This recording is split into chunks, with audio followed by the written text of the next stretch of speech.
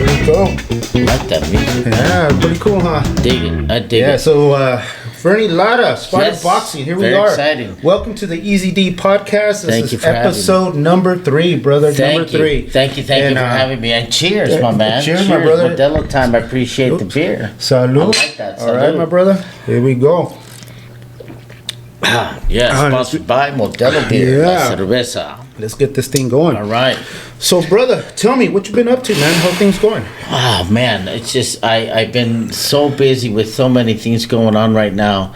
Dan, it's a lot of well, just as you know, we just finished doing the Battle of Sparta. You know, we kind of just unwinding from that event. That actually funded for 12 kids to go to Las Vegas. Awesome. It was a title boxing 3-day event, and we funded it by doing the Battle at Sparta, which you were part of, and we appreciate your service. And I had a great time doing it. And we did that. Kids came back. We're getting ready to do another show called. Well, it's not our show, but it's in Yuma, Arizona, which is a lot closer to home. Okay. And we'll be going to a show called the Battle of the Border. The Battle at the Border with Yuma, Yuma Fight Academy with Gary Diaz is doing that show. So we're gonna go over there and show our presence. Sparta Boxing will be taking some boxers up there, and we're gonna have a good time, right? All right. Yeah, I'll be ring announcing. Gary actually asked me to ring announce some of his fights there, and I'll be doing the last 5 bouts to ring announce for his show, which is always an honor to ring announce for Gary. Gary's been a huge supporter of Battle at Sparta, and he's taken some really huge warriors up there to fight, as you know, and if you've seen. But and that's pretty much what's going on as of right now, as far as the schedule goes with Sparta. Okay. You mentioned that you guys went to Vegas. Yes. And how many fighters did you take? Yes, we ended up taking 12, and I confirmed that with Coach George Munoz, our director. How do we do? We did good. We did really good, brother, because a lot of the times in the past we've taken, let's say for example, an even number, we take 10 boxers, and it's very seldom we win them all. Okay. And not every time you win them all, but this time we ended up, out of the 12 we took, we ended up winning 8, which is a good percentage. That is that's what 2/3 of your fighters won. So a lot of the kids came home with their championship belts, all excited, and it was a really, really good time. Unfortunately, I didn't get to go with the crew, but Coach Junior Espinosa, Coach George Munoz, of course, our director, Laura, Aleman, and some of the other mothers and parents ended up going. You got an awesome crew, by the way. I just want to mention that, because I've noticed that when I've gone to your events and either referee or judge, like they're on point and they're very well organized. Like it's a very well organized event when you throw them, and I think that's awesome. Yeah, I applaud them all the time, and every time we have a show, it's about every time we do a show, we brief and we debrief. Yeah. And we look at some of the mistakes, and we can better our show the next time, and then that's how we kind of get better and better as we go. Yeah. But yeah, I agree with you, Daddy. We do have an awesome crew. I think that we're really, really organized, and I love every single buddy that works with us, and the majority of the time it's the same people. Yeah. We'll lose every once in a while. I'll volunteer here and there, but for the most part, whether it's it's obviously George, Laura, and the coaches as well. The staff is just so amazing, brother, and some of the kids too. How many coaches do you guys have altogether? Currently, right now, we have there's Coach Junior Espinosa. He is one of the owners for Cucci's, Raspados Cucci's. Okay. And this guy just, working hard, running a business, and he makes time to go out and coach some of the kids. Shout out to Junior, yeah, absolutely. George Garcia is another one. He works with the pros. We have about maybe 4 pros right now going on, which is an awesome thing. We just picked that up not too long ago. And of course, Coach Munoz, George Munoz, who works with the start kids that are barely beginning the beginning stages of boxing. Myself, and then we have 2 or 3 other coaches that help out as well. Raul Najar, and then also Mr. Ferrat, who's one of the parents of one of the kids. Okay, right. Yeah, so we got a really good program, man. We got a lot of the parents that get involved and that know boxing and that really put in the effort and the time, because when it comes to volunteering, brother, it's not easy. Not everybody does it. Not everybody does it. Yep. And another thing, besides not everybody does it, not everybody has the knowledge. Yes. Nobody has a knowledge of boxing. Yes, and the patience to work with kids, brother, because that's a huge part of coaching. Yeah. And our staff, and that they have that connection with our youth. Yeah. If you don't have that, then you're not really. I mean, coaching is not really for you. You have to have that connection. You have to have that way of talking to them or getting through them and whatnot. I noticed you have. I'm watching the TV. Our native here. Is he fighting right now? Shout out to my boy right there. Is he fighting right now? Yeah, he's getting ready. Look at that, bro. And you know what? Because of him, because Armando Murillo. I subscribed today earlier when you text me to the Fight Pass just so we could watch that fight. That is so awesome, man. So later on, once the podcast starts to grow a little bit, I want to have. I'll probably mount a monitor over here. Yeah. And maybe do some, some watch-alongs and stuff on some fights. Play-by-play action. Yeah, we can't really play the audio, but we could definitely watch it and comment on it. Yeah, and tell the people that are listening what's going on. So let's go, Armando Murillo. There we go. There he is. He's all right. Bam, bam. That guy's a beast, man. I was trying to get a hold of him, man. I was trying to get a hold of him, and just but you know what a lot of fighters do, and you know this. They get in a zone. And they do not answer phones. That's what with me and ring announcing, it's almost the same. Yeah. When I tell everybody that calls me and want that last minute ticket, I said I shut my phone 4 hours before the actual fight night, and I just turn it off. I don't answer phone calls. So yeah, there he is, and yeah, I'm sure he was in the zone. He wasn't really taking any calls, but he knows we're with him, brother. Yeah, I got him on social media and stuff. Yeah. So afterwards, I'm sure. Yeah, definitely. I get it. I've been around the fight game for quite a while, and I know how fighters can get. They get in their moods, they get moody, they get distant, they get focused, and I don't blame them, man. They're going in there doing something that not everybody can do. That's true. You know what I'm saying? True that. With that said, Fernie, what got you into boxing? What's your background? Well, it's interesting. I was never the youth boxer that a lot of people may think. I did go to a youth boxing club that was located on 8th and Vine Street during the time that I was during my youth. That's that old metal building, right? Remember that dome building that's right next to Ray's Market? Right next to Ray's Market. Shout out to Ray's Market. I used to live on 600 Vine back when I was 10, 11 years old, which is a crucial age for these kids to be in a program.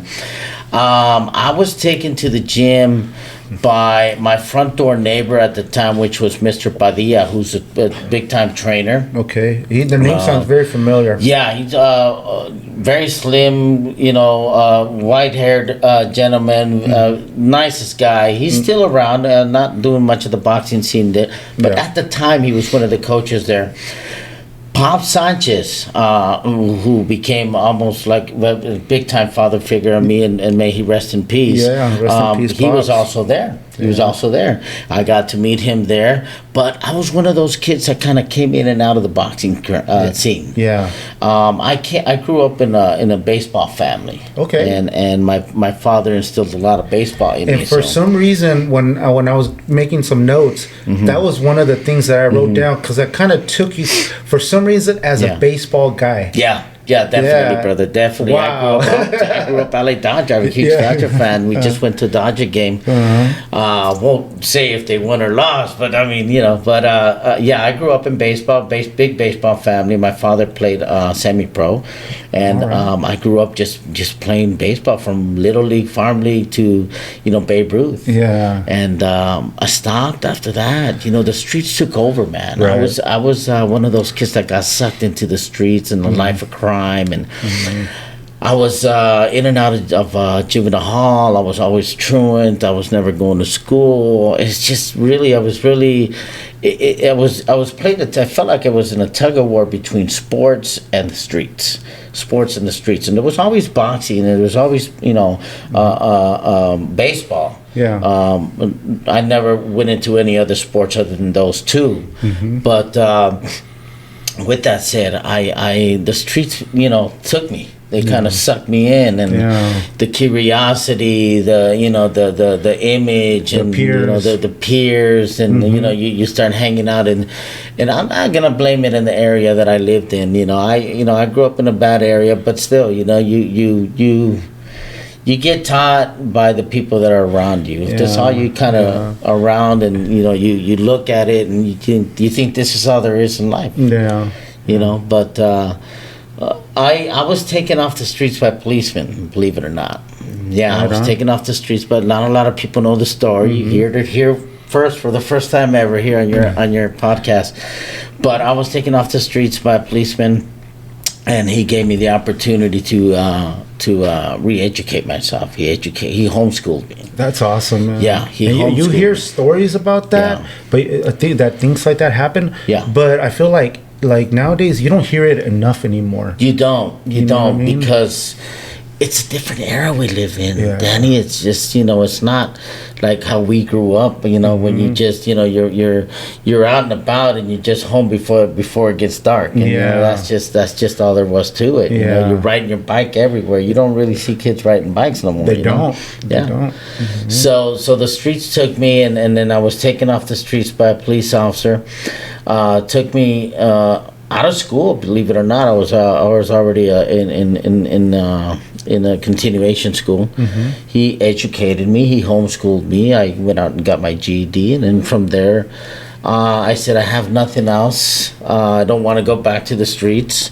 So I want you to teach me to become a cop. Yeah. So I went from one extreme to the other. Yeah, no kidding. So So after that, I worked my way through junior college at IVC. Yeah.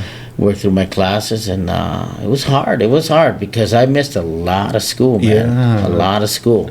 So it was hard for me to get that education and focus 100% on myself, and became a cop at age 20. 1992. No kidding. June 29, 1992. That's when I first became a cop. At age 20. Wow. But see, you already had quite a bit of life experience. Once you hit 20 years old, because obviously, you do learn a lot, good and bad, from the streets. Absolutely. You know what I mean? That was school for me. That was school for me. Yeah. I told a story on my first podcast a little bit, and because I came up through, for a short period of time through the foster system. So I know exactly what you mean, what you see on the streets. Absolutely. And, you have to grow up pretty fast. Yeah. You know what I mean? Yeah. Yeah. And it's really hard it's really hard not to become a product of your environment. Yeah. You know what I mean? Absolutely. And you flip that. Yeah. You know what I mean? Yeah. At a young age. Which is very unusual. Yeah. Very unusual. I mean, unless you have the help, that push, that motivation. A lot of times, I think kids, all they need is just that little extra push, that little extra, just motivation, and you pushing them and telling them the right words, the right things, that they can really think about what you're saying. Yeah. A lot of these kids don't listen to what the parents have to say. They hear it from a neutral person. Coach. That's where coaches come in. That's coach, where, their friends. Their friends, like exactly. Yeah.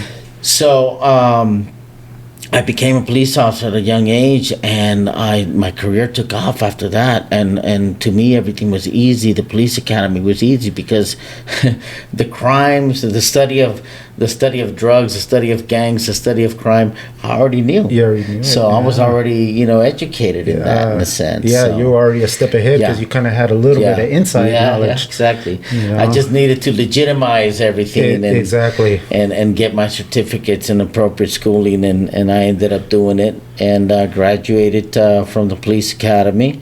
And became a cop in 92. Retired in 2013. No kidding. On a medical. That's awesome. Yeah.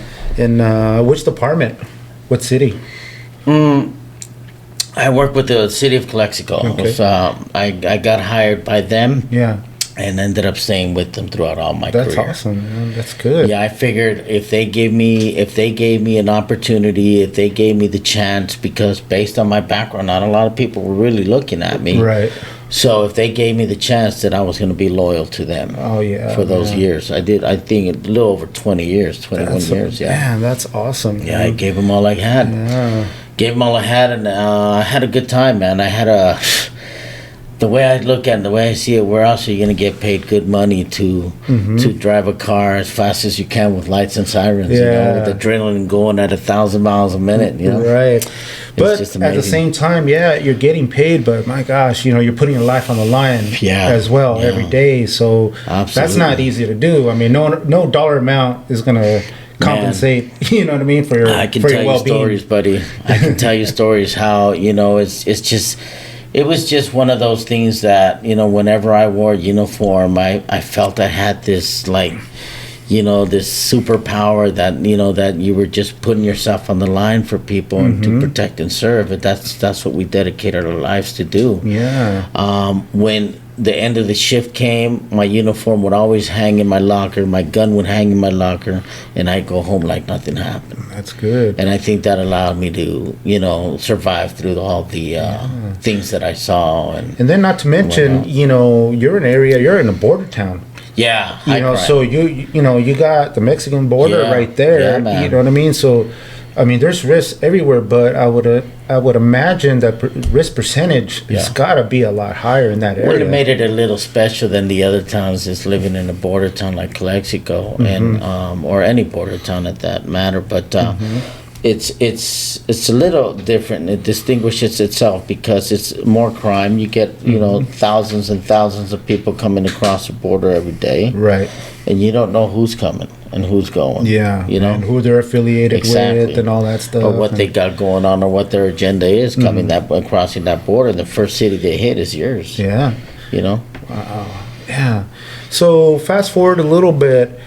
When did you start getting into the boxing? I know you started a little late. When was your first boxing match? My first boxing match, I believe it or not, was during the time I was a police officer already. So Battle of the Badges? My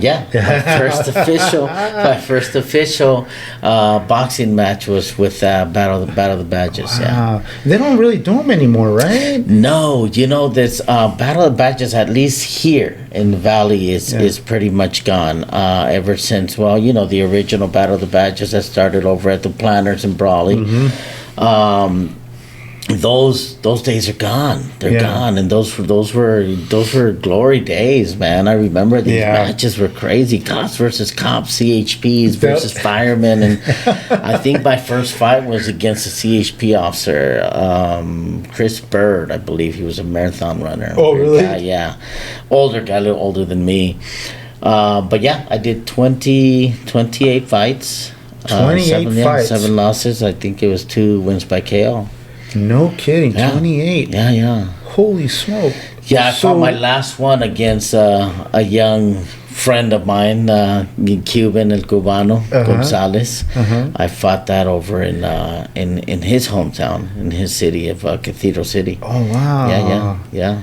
So so it wasn't just local. They were like all over the place that you would go to, right? Yeah, I fought in different places, different casinos, different San Diego. I believe the farthest I've been up was, I think, Santa Rosa, Los Angeles. Vegas, I think I did once. No kidding, Vegas as well. Yeah. Yeah, it got huge. Battle of the Badges it took off right after, I think the first ones, the original ones started. One of my most memorable fights, though, I'll tell you what, because it was a build-up, was against a good friend and brother who I just recently lost, Michael Boom Boom Capisci, man. Yes. He, me and that guy the build up for that fight was amazing, man. It was like it is now, If we had social media back then, I think we would have just been going back and forth with each other. But it was just at that time, it's just the times we saw each other, the going back and forth, the taunting in the rings, the stare downs and the weigh-ins and the talking back and forth between agencies.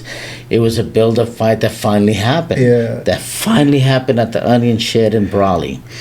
Michael Boom Boom Capisci versus Crime Dog Lara. Wow. Sold out crowd, over 1,000 people in attendance. It was amazing. No kidding. Yeah, it was great. It was great. He came in with his boom boom girls, and then I was the first one in the ring, just waiting. And our fight, believe it or not, was refereed by legendary referee Joe Cortez. Is that right? Yeah. No kidding. Yeah. He was even involved. He was involved. Wow. Yeah, he was involved. It was that huge back then, man.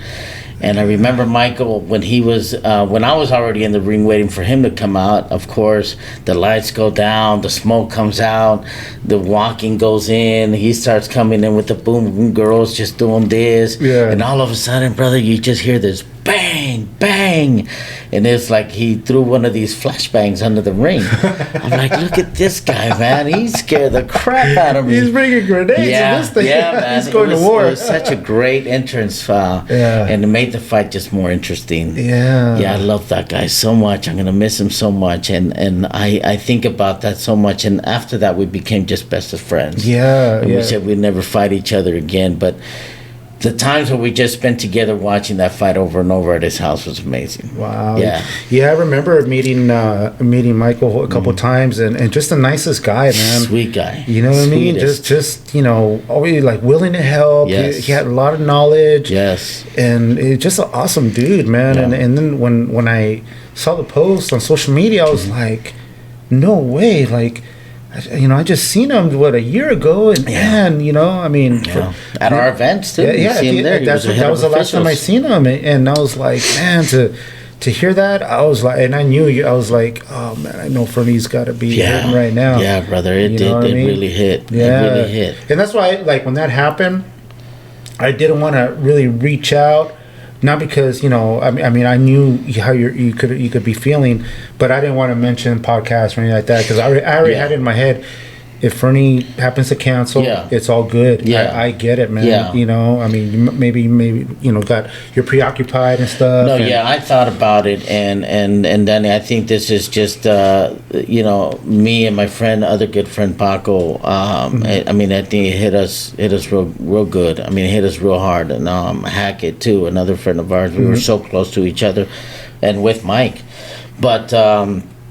Just being there for each other and calling each other every day, man, just made it better and better every day. You know what I'm saying? It's just we need to keep going. We need to get, like Paco says, relax and just take it day by day. Yeah. Take it day by day. Remember Michael, remember him and remember the good times and the good memories. And that's why I kind of wanted to bring that story to share and talk about what he meant to me, brother. He meant so much to me. To you and to the boxing community, everybody that knew him. Our family. He became a Sparta family. Yeah. Wow. Yeah.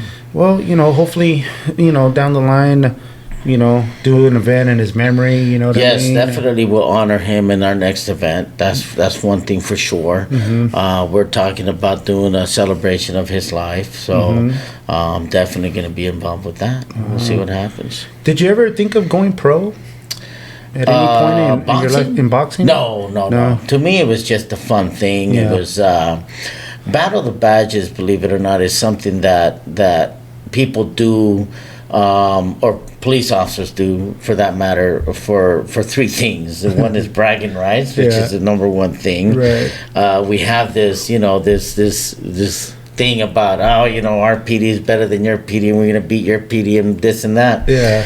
The other thing is that I liked about it is it was all for charity, man. Yeah. It was all for charity.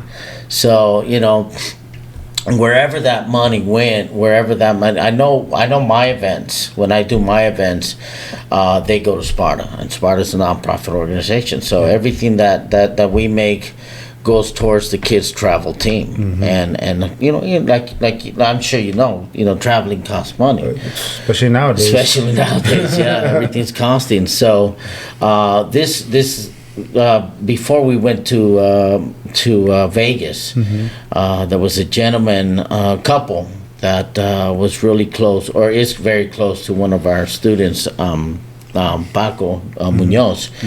Went over and gave us and donated a van, man. So we're so excited about it. You guys got a van now. We got a van to travel now. So before we used to rent, but now we got our travel van, and we're gonna probably do an event to kind of do ¿cómo se dice? Do a wrap. Okay, yeah. Special wrap to to put Sparta and make it look nice so when we go travel. Awesome. So yeah, that's something that we're definitely looking forward to. And people, man, you just don't.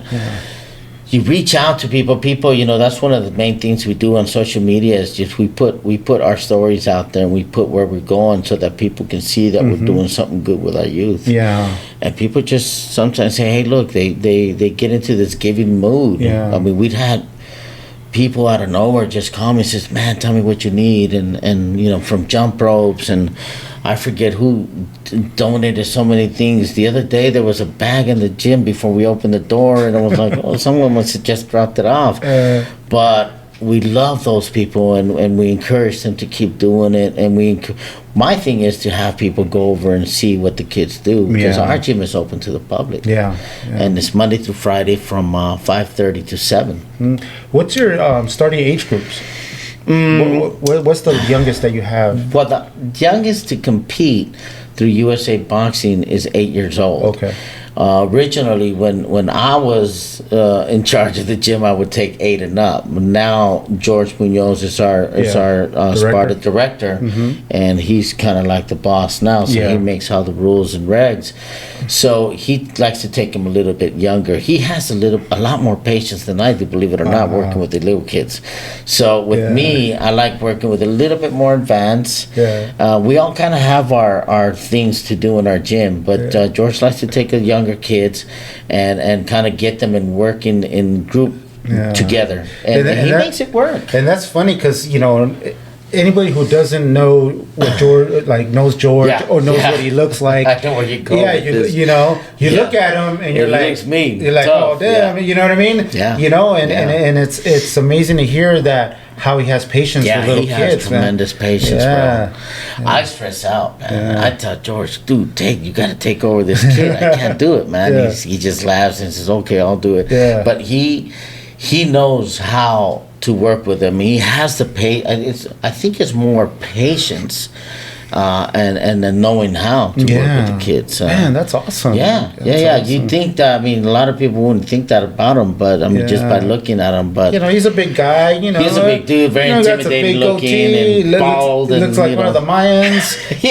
Looks like he ought to be on that TV show, The Mayans. Yeah, I know. He'd probably be good. Yeah, maybe you never know. If somebody hears this, they might pick him up. And he'd be looking for you directly. Right. Hopefully, he won't leave Sparta. But that's awesome to hear. Yeah. So I think the youngest we have right now is 6 years old. 6 years old. So we'll take 6-year-olds. And I know that the 6-year-old we have is accompanied by his older sister. So, gotcha. You may get kids that don't that the attention span or they get bored because we all start with the basics. Is you got to learn how to walk and the balance and this and the positioning and all that and the position of hands and whatnot. So all that takes a lot of patience. So if you're 5-6 years old, you're gonna get distracted doing something else. And those are some of my favorite fights is watching the little kids go at it. Yeah. Oh man, isn't that amazing? Oh, I have a blast, man, watching these kids. Their cardio, man, they just don't quit. Right. I'm just like nonstop. It's almost like they have no idea of the work that they're putting in when they're throwing those punches. I love when I do my shows. I love doing the shows where I start I open a boxing show with the little kids, and I like doing that because it shows the spectacular movements that these kids have and the work that the dedication that they put in, and it shows in the ring. It shows in the ring. Yeah. And I don't just select anybody. Right. I select kids that are really dedicated, and are really putting in the work and the effort, and they go up there and they put in the work, and these people just get amazed by looking at it and watching it. Well, you refereed the first, remember that? Yeah. And I thought it was so amazing at the end of the fight, one of the kids got sad and he started kind of like getting teary-eyed, and the other kid went over and hugged him. And hugged him and everything. Man, that's so amazing, brother. That's what I live for, is to see kids have that ability and the boxing ability, but then at the same time have that heart to say, hey, look, the sportsmanship and the heart to go over and hug your opponent after a fight. Yeah, because in there, it's you're going to war. Yeah, regardless if you're a little kid or you're older. Yeah, but at the end of it, it's like you gain that respect for that other person across from you, because he's willing or she's willing to get in there and throw hands and put it all out there, because like they say, the ring or the cage, that's the truth. Exactly. That's the truth. Yeah. I mean, the truth is going to come out right there. Right. What you got. You know what I mean? And I'm sure you've seen it in the past where somebody got in there and they gotten exposed and like, oh no, this isn't for you. Yeah. Get out of there. Yeah.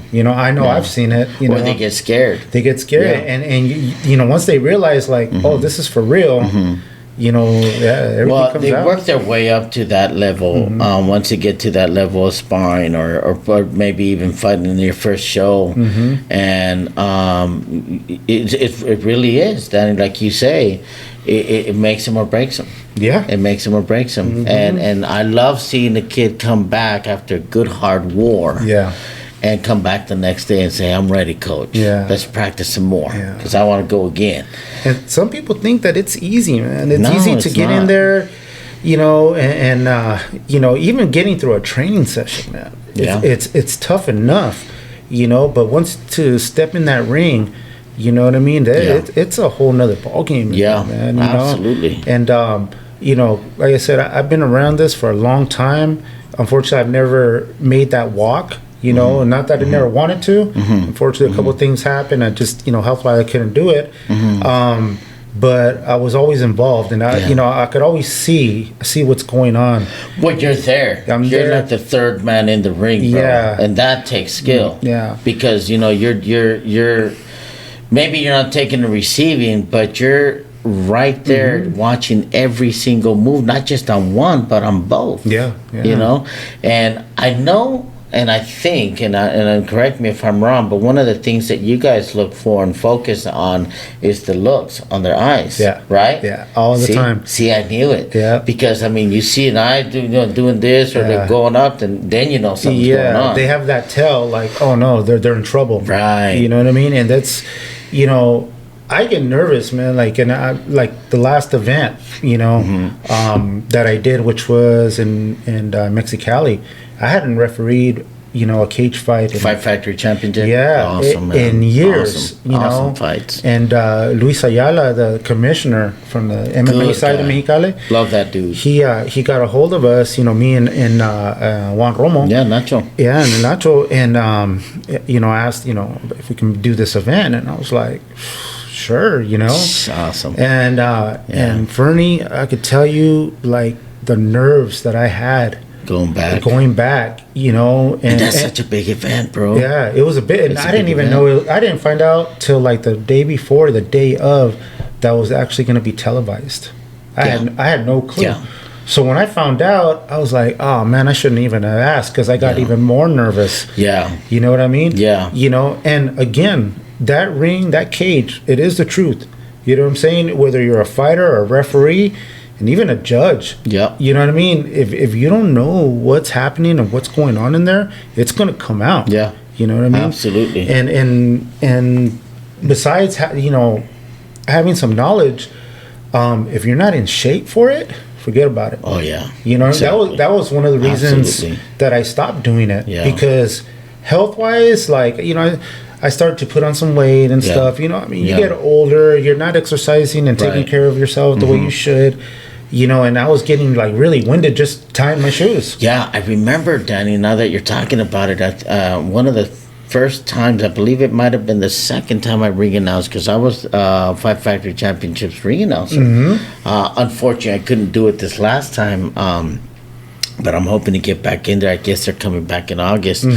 But I remember you, particularly this one fight in specific that I believe it was Mario, I can't remember the kid's name, but it was an early stoppage because you saw the damage this guy, he took a punch, and you got in there and Mario was still in the zone, brother, and he was swinging, he almost swung at you, and you're like, whoa. I know what you're talking about. He hit me in the arm. In the arm. He hit me dude, my arm was hurting for like the next 3 days. Man, dude, I mean, but just getting between two fighters, that two lions, bro, two warriors, bro, and Mario's a big dude, because I know he was swinging, he was throwing some haymakers, man. brother. He was going for blood, man. Jeez. And I felt it, and I even told him, and I think you can see it in the video that I have, where I'm holding him. And I even looked over at him like, man, you hit me, and he was like, he started laughing, and he goes, I'm sorry, I'm sorry. Yeah, exactly. And I get it. But he didn't mean that. No, I mean, it's obviously not. He gets caught in the moment. It's the adrenaline rush. It's everything. I mean, that's the risk that us as referees take. Absolutely. You know what I mean? Absolutely. And I always try to pay attention to when I hear the 10 count. And I'm counting in my head. I'm trying to count, getting ready to break him up, and just hope that I don't get hit. That's a dangerous time, bro. When that bell rings and you're just counting. Yeah. I referee the fight. I mean, the sparring sessions when the little kids get in. Yeah. Once the 15-year-olds get in, I'm out. Yeah. I'm like, I don't move fast enough for those kids. The little ones, I can move around, a little bit here and there, but and that's one thing that I watch for is the eyes. Yeah. The eyes. If I see that they don't put in the fourth effort, or I see that they're just kind of wanting to give up, that's it. I stop it.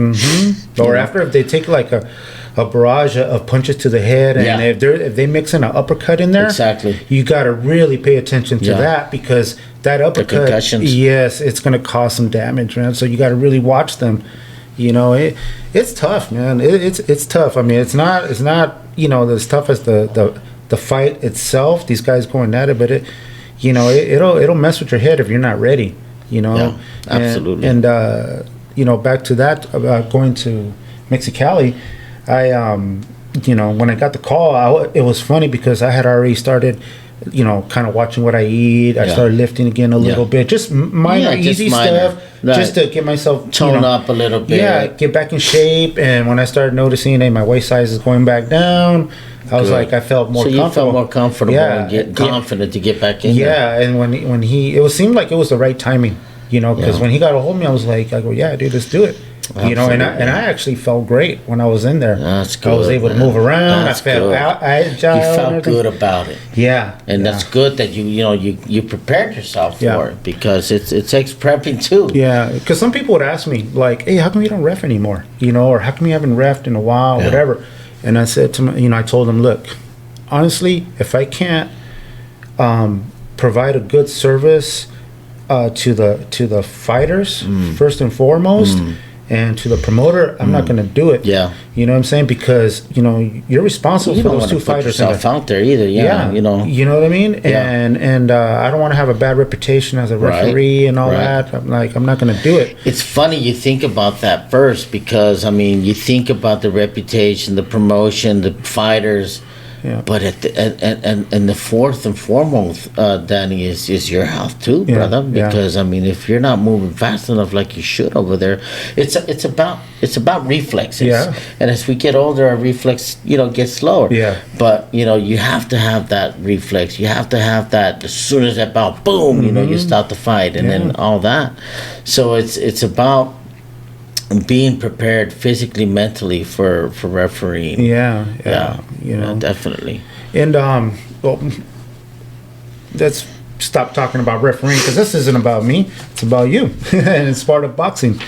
So, how long when did you start Sparta Boxing? That's what I want. Sparta Boxing was established in 2010. I was a coach for El Centro Pal, along with, I was actually asked by El Centro Pal director if I can go and coach kids. They lost a coach.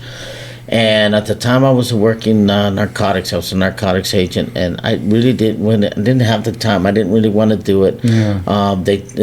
The director went out and talked to my boss, Mm-hmm. Mr. Ochoa, and Ochoa gave him the go ahead and says, "I'll give him the time off so he can go coach." I'm like, damn. So I was kind of stuck between a rock and a hard place to do it. I did it, and I wasn't sure how it was going to go. I said, look, if you want me to coach, I got to bring in one person with me, and that's Pop Sanchez. I mean, he was my coach, and I think he'll be the best teacher for me to coach the youth program, and of course he can help me out as well. So they agreed, and in 2007 I became a certified through USA Boxing coach for El Centro Pal. Yeah, and then alongside with Pops, George Munoz was running his own boxing gym out of his house at the time called Big Dogs Boxing. Okay. And he would take some of his kids, mostly family, and most of his kids to go spar at Sparta. Wow. And I mean at Sparta, at El Centro Pal, when me and Pops were there. And we kind of clicked together, the three of us, and we just kind of one day we said to ourselves, why don't we just kind of unite and just make this bigger and better. And at the time, El Centro Pal wasn't really taking as much kids because it had a limit, right? So we passed that limit, so they were putting a lot of kids on hold. So to me, that was like unfair to the kids that were being placed on hold, because where else were they going to go or do? I felt there was nowhere. I felt like we were just kind of, putting kids on standby. So one day I said to myself, I prayed about it. Believe it or not, I prayed about it, and I said, God, if this is my mission, then allow me to find a spot so that I can continue coaching for these kids. Brother, blocks away from Sparta, blocks away from El Centro Pal, was driving around. I have no clue what I was doing alongside the railroad track, by the way, in an abandoned building. And I took a peek inside Sparta through that big old fence. You've been there. About 10 feet high. And I took a peek in through one of the holes, and I saw this old rusty building, and I said, this is it. This is it. And I saw a vision. And with that vision came my mission, bro, from God. And I went back to Pops and George, and I says, I think, we got ourselves a spot. Wow. And at the time I was in college, I was studying gladiatorial days, and the Glad Sparta and all this came out, and I named it Sparta Boxing. Okay. So Sparta Boxing was established in 2010.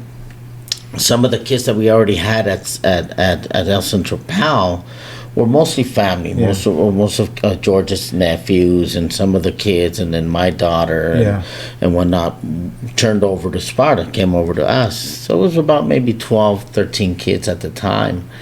We held a big old grand opening. At the time, I retired in 2010, brother. So I took out some money from my retirement. I cleaned up the building.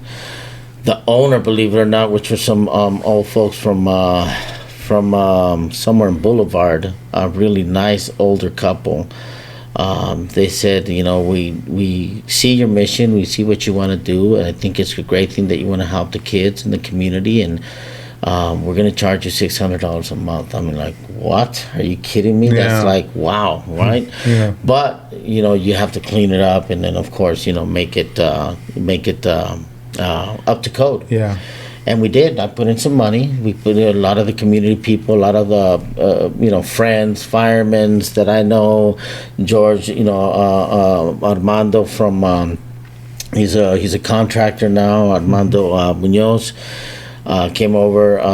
Another guys came over that new construction and helped us out. Wow. I put in the materials, but they put in the time. So together, it's like that saying, if you build it, they will come. And sure enough, brother, we put it together. My dad, believe it or not, was the creator and put the face of Sparta. He did the whole Coliseum by hand, bro. Is that what it really? Okay. But Pop built the car. I gave him an idea, and he goes, I got it.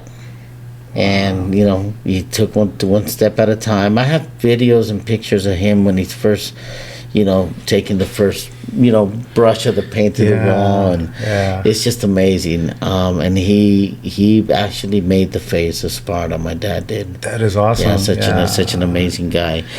And with that, brother, we grew. We grew up. We grew. We had the first female boxing team. We had binational champions, silver glove champions, golden glove champions. We just started just traveling everywhere, man. Yeah. And that group of kids, of the original kids, which is about 13, 14 kids, of course, they're all adults now. Yeah. They're college-bound kids. Wow. We got a girl up at the UCLA. Yeah. Little Henry Lietta's graduating from Stanford, brother. Wow. Top honors, man. And he, of course, we had kids go up to Junior Olympics. My daughter had a 5-time ringside world champion. We had a couple kids that turned pro. George's boys turned pro. Julie also turned pro. So we grew up from there, and now we have, about 40, 50 kids in our program. We're so blessed. We're so blessed, man. Wow. 40, 50 kids in our program. We have about 4 pro boxers under the direction of George Garcia. We have Tarzan. Tarzan is going to be actually fighting in July 15 at Pachanga Casino. Is he? Top rank, yeah. The top rank. He's currently 14-4-1. We have Esteban Chucky Garcia too. 15-1-0. Wow. And we have about 4 pros, and George is working with all of those, and then Junior helps him out as well. But our main focus is our kids. It's the kids, yeah. It's the kids. Because that's your core. That's your base right there. You gotta have those. You gotta have those. Absolutely. To keep the program going, and it's very important. We have one kid. His name is Josue. He started with us since he was 8 years old, and he's 17 now, going on 18, and it looks like he's gonna debut pro. Really? Yeah, he'll be our 3rd or 4th kid that turns pro from the originals. Do you guys? I know you guys always stay stateside, but do you guys ever go across the border? Go do any events out there? Yeah, absolutely. Yeah. Okay. Yeah. Because there's some good fighters. Yeah, over we there worked up there with the police. I think with the Guerra de Placas, I think they called it one time. We ended up taking some kids up there. Yeah. And we did some work with them. Pro-wise, George works a lot with them over there. George Garcia does, so he takes most of our pros to fight over there. Nice. Yeah. Wow. Well, shoot, I was going to ask you what fighters do you have showing promise, but you just named them. Yeah, man, those are the ones that I really wanted to put out there because, these guys are in the gym, dude, every day, brother, putting in hard. These guys have normal jobs. Yeah. They work 10, 12 hours, then come to the gym and work out. You mentioned about the kids who started with you and have moved on to college and all that. Do you think there's a correlation from the training that they got in boxing, the what's the word I'm looking for? The discipline. Yeah. The discipline that they learned in this combat sport. Do you think there's any correlation with that and the education that they start to do good in school and do very well? Because I almost find that, in my opinion, that a good athlete, whatever it may be, as long as they're staying focused, that it actually helps them in the long run as far as their education goes. Because I do hear stories about how these kids, they started out in a certain sport, but they also maintained their grades and it made them more mentally strong. Especially like in boxing. Boxing, you have to be mentally strong and mentally sound. And I would think that would help them as far as in their studies and all that to go on to the next level. Yeah.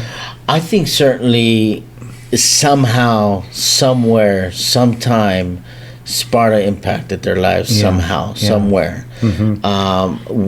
Couldn't really pinpoint to exactly what it was. I know that I was at a place one time, and I'm not gonna mention where, but I was at a place one time, and this young man. No, I would go to the bartender and ask for a beer, and then the bartender would say, "Hey, it's already paid for." Well, all right. By who? Okay. Well, it's already paid for. I said, okay. Well, I would leave, come back again. we did the same thing 3 times. It's already paid for. Finally, I said, "Duck on it. You got to tell me who's paying for my beers." Yeah. At the end, he points out towards at the end of the barn. It was a young man who was in New Marines, and he goes, "Coach," and I'm like, "What?" And it took me a while to recognize the kid. Yeah. And he goes, "I just want to thank you. And this is not, I'm not buying you beers because I want to thank you for what you did, but I want to thank you in person for talking to me, one day. And it was something that you said that just kind of helped me because I was going to go work in the fields with my folks. And I think that's all I had in life, and I think that my career was just working in the fields like my father, and nothing wrong with that. Yeah. I'm mad respects to those that do. But I remember you telling me that the fields is not for me, and that I'm better than that, and I can do much better than that, and I can do anything I want to do. And I took that with me, and I joined the Marines. Wow. And I just want to thank you for that. Yeah. And that made me feel so great, man. It's giving me goosebumps right now just talking about it. But it was then, at that point, that I kind of realized, you know what? I think we're impacting kids somehow, somewhere. Yeah. Just even taking them out. A lot of these kids have never left the Imperial Valley. Yeah. We've taken them to the beach, or they've never been to the beach, or we've taken them to Kansas. I know we've been to Kansas many, many times, and none of them have ever even left California. Wow. So those type of impacts impact these kids' lives. Because you show them, hey, there's something more here than just Imperial Valley. Absolutely, man. And I think that's the gift that we get. And get to give to these kids from Sparta Boxing. Yeah. Oh, I love that story. Yeah, man, it's great because it just gives us this motivation. It gives us this desire to keep doing what we're doing. And I talk to George about it a lot of times. It's like, man, what do you think? I go, we need to just keep going, man. Yeah. We can't close these doors. No, you can't, dude, because what you guys are doing. And not just like you guys, like the other boxing gyms here in the valley. You know what I mean? They're all, giving these kids, an outlet. You know what I mean? Because, obviously they could be doing other things, good or bad. They could be playing video games, or they could be out in the streets. Yes. You know what I mean? But we all have the same general goal. Yeah. Is to help these kids. Yeah. I mean, if we can help 1 out of 10, that's great. Yeah, right. Yeah, absolutely. So, I mean, I think that all gyms, whether it's in Calexico at Calexico Boxing Academy, La Familia, Romo's Boxing. I know Romo's got a lot of kids, man, and I don't know how that guy does it, dude. I'll be honest with you. That dude's a workhorse, man. He is. Because I see him working with 10, 15 kids at once. Yeah. I see 10 kids, I'm tired. Yeah. but like La Familia as well, where Pops Sanchez left Sparta and went up and opened up La Familia with Armando. Yeah. And they're doing it out of backyard, man. Yeah. And they got kids, bro. I have a neighbor down the street, and I know he's boxed. I think he boxed in one of your events, and I think he works for the district. And I knew he had a boxing ring in his backyard. Yes, I know what you're talking about. Yeah, I think Devil Dog helps him sometimes. Devil Dog, yeah. He fought at one of my events. Yeah. Yeah, remember at 413. Mm-hmm. Yeah. Yeah, a few events he's fought for you. I don't remember the guy's name. Sweet dude, man. Yeah, really he's a nice guy. Dude. Yeah. Mm-hmm. Nice guy, and I know that they had a boxing ring back there, and he's that's a lineman. Yeah, I think so. Had ID, something like that. And that's not unheard of, man. Like working out of the garage or the backyard. Look at Devil Dog's boxing gym, in your neighborhood. Yeah, right down the road. Man, that guy did a lot of things for many years. Yeah, And I always see him. I'll see him jogging around and stuff. Man, that dude stays in shape. He does, right? It's almost like he's ready for that phone call. Like, hey, you want to fight? I think that guy will fight at every show and he calls, bro. He's the first one on the list too. Wow. But it's just so bad that I can't get him an opponent. Yeah. He's lightweight. Yeah, he is light. Yeah. And he's good and he's well experienced. Wow. So if I were to find someone, it's either I can't match him with the experience because Mario's got too much experience, or he's got the other opponent can't meet the weight requirements. Yeah. So, it's always that. Yeah. That was another question I was going to ask you, because not only you're the promoter, okay, but you're also the matchmaker. Yes. So how hard is that to match these guys up, or girls, to match them up? I mean, you got factors, right? Yeah. You got weight classes. Yeah. You got experience. Yes. Age might come into play as well. Yeah. You know what I mean? So how is it? Because I've always said, like, I would like to see this fight, I'd like to see that fight.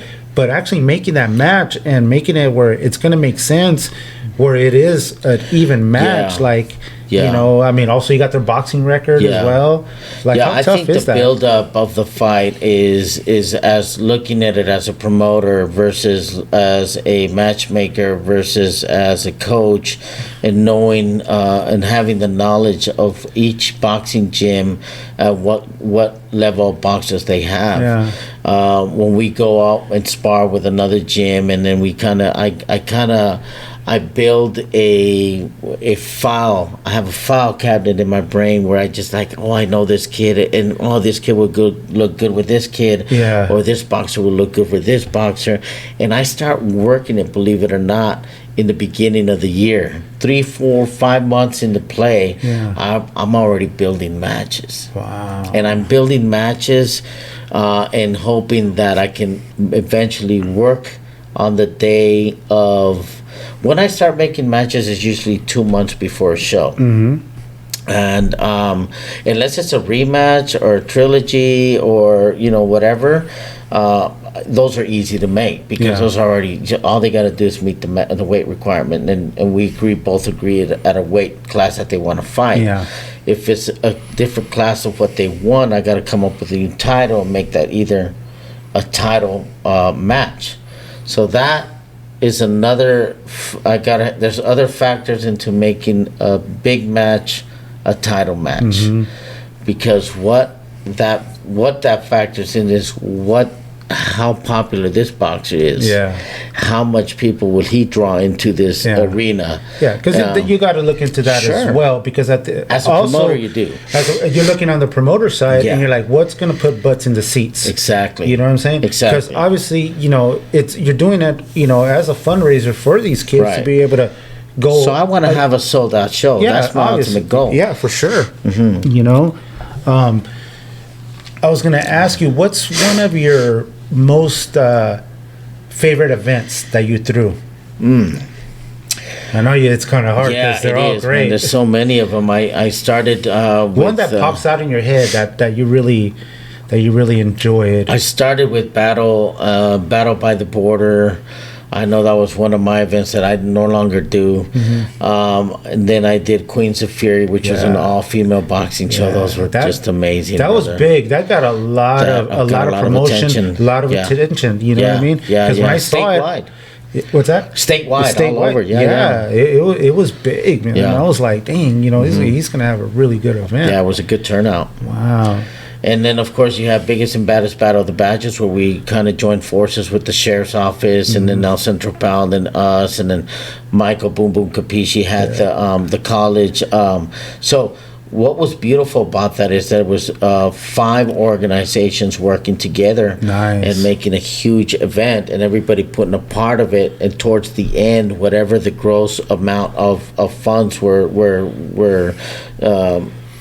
made, was divided in between those 5 organizations. When you get that many heads of the organizations, together, how hard is it for everybody to be on the same page? It's somewhat. It was difficult at first, because we all needed to kind of just know what each agency had a responsibility to do. What each agency was responsible to do. We had the sheriff's office for planning on the event location and the decorations, or the the featured event, the date and whatnot. Then we had Michael Boom Boom Capisci with the Academy graduates who provided the security. Then we had myself, Sparta Boxing, who did, of course, the matchmaking and the fighters and the promotions. And then, of course, we had the so just everybody. And then we had Pal as well, who also helped out in their sense of giving us the chairs, the tables, and everything else that we needed. So everybody kind of once we were able to establish what everybody was responsible for, and everybody did their job. What role they had. And then of course holding meetings, which is very important as well, because we got to see where we're at, and we got to see where we need to be, and it was all put up together very beautifully. It worked. Nice. The first one was a mess, but it got better and better. Wow. Yeah, I love to see stuff like that. When people work together like that. That's why I would really like to see more of the local, including Yuma, and San Diego, the local boxing organizations to get together, right? And really support each other. If one of them's doing an event, hey, do your best to try and get out there, because you know what, I might be throwing an event and I want them to come to mine. It gets me very excited when someone does. I'm excited about going to Yuma tomorrow for that When Borders Collide, because they were due for a show. And I told Gary, you got to get that show going, man. Finally, he got it going, and we're really excited about it. And we're going over tomorrow to show and represent and help him out. Is there any rematches? Is there any rematches? These are all sanctioned bouts. This is very different from my shows. I gotcha. My shows are non-sanctioned versus his are sanctioned. And etc. Then the only sanctioned show that I had that was my show was Queens of Fury. Okay. Okay, I gotcha. Is there any other events going to be coming up, like kind of like yours that are not sanctioned? I have Battle at Sparta 8. Man, I can't believe we're already on our 8th show. Battle at Sparta 8, I want to make it in either the first or second week of October for sure. Oh, okay, that's a good time. Yeah, it is a good time because I know there's another show going on in Cathedral City, which is Cubano's show. I'm trying to remember his show. I should plug it, but I think it's October 1st. Okay. Cathedral City. You guys go make sure you guys check that out. And that gets really interesting because I ring announce his shows. And unfortunately, I won't be able to ring announce this year for him. But this is the same show I fought my last fight in against Cuban. And that's going to be held at the Cathedral City Lawn Center in Cathedral City, right by the City Hall. Battle at the Desert, something like that. All right. But that's October 1st. So obviously, I'll give it a week or two after I can put my show into play, so I can advertise after his show's done, so that it won't confuse anybody. And Miss Elia Galindo is going to be doing the national anthem. Oh, is she? I was so happy because I got Elia into doing the national anthem for Cuban, and Cuban's like, man, she's amazing. I'm like, don't I know it, brother? Come on, She's amazing, good voice, very talented young lady, and then she's going to do it for Cuban, and of course she'll be back and do it for us. Nice, in October. No, she could sing. She got pipes. Yeah, absolutely. She does have pipes. Wow. Like I said, I would really love to see more of the local guys come together. I mean, you got La Gente Boxing. La Gente's been kind of under the radar a little bit, but I saw some pictures that they were over at the last show that Romo did. The exhibition he did a fundraiser, an exhibition. Yeah, man. So they're still in it. They're still in the game. Good. I'm so glad they are. Yeah, because I saw in the picture, I think it was. Antonio was there. Antonio was there. Pablo Cortez. Pablo was there. I saw that. Man, I haven't seen Pablo in so long, man. I hate. I know Nacho called me and says, "Man, Freddie, I hope you guys can make it." Brother, I says, I just got this new job and I just can't say no to the days they gave me. Right. And I had asked for that day before they made the schedule, but when he told me it wasn't ample enough time for me to get the day off, so I'm like, I gotta work. And the other coaches, I know I have two coaches out with COVID.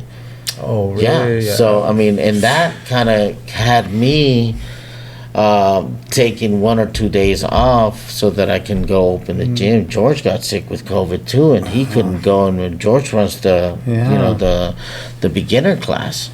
Well, we're talking about COVID. Now that you mentioned it, when we got hit, in the very beginning, like in March and all that, of 2020. Yeah. How much did that impact your program? Wow, man, it impacted hard because I know, and of course George is the one that really carried all the stress, because he's our director and he's the one that sees the monies and the rents, and he's the one that has to. There was actually 1 or 2 months that the monthly due was forgiven. You know how they were doing and we were so fortunate for that. Yeah. I know George is taking money out of his pocket to pay rent, brother, because it's hard. Yeah. I know I've done it countless times. Yeah. George Garcia as well, but we all come together as a family to keep that place open.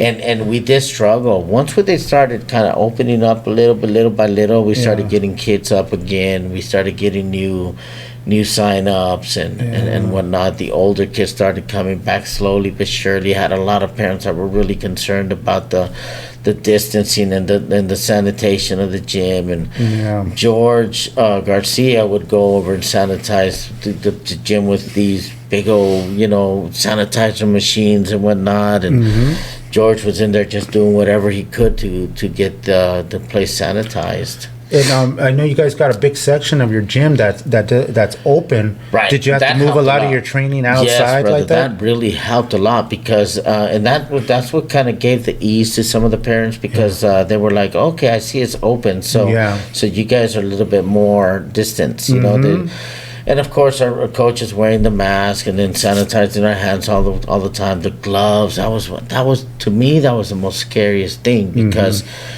Before obviously we didn't sanitize our gloves every day, because I mean we'd be there all day doing it, and we have a lot of gloves that these kids that come in and can't afford their gloves or equipment that share gloves, they share them. They share them, and thank God we never had any big issues or huge issues. When they came back from Vegas, I think that's when George got sick. And then his kid got sick, so that put him out for a little bit. And then, of course, I stepped in to help out on the coaching. So, we make it work. Yeah. We make it work, but it did affect us. I think it affected a lot of people, I bet the kids were excited to come back. They were, man. They were because, man, dude, we were just, everybody was just isolated at home, and kids and parents. Oh, tell me about it. Like, on the isolation side, me or my wife were the only ones that would go out. You know what I mean? Either go get groceries and come back home. That's it. And at one point in time, when you start seeing, like there's no food on the shelves or certain things that you need. Wow, dude, that's scary. It was very scary because you don't bring that home and you don't tell your kids. For sure, no, and I'm sure a lot of parents, did the same thing. For sure. But us as parents and as coaches and adults, when you go out there and you see the reality of what can happen in a pandemic, it's. Man, it makes you really going on survival mode. Man. Just survive and just just the basic things that you couldn't find. And it's so scary. It was, and it made you really think like, holy smoke, this is for real.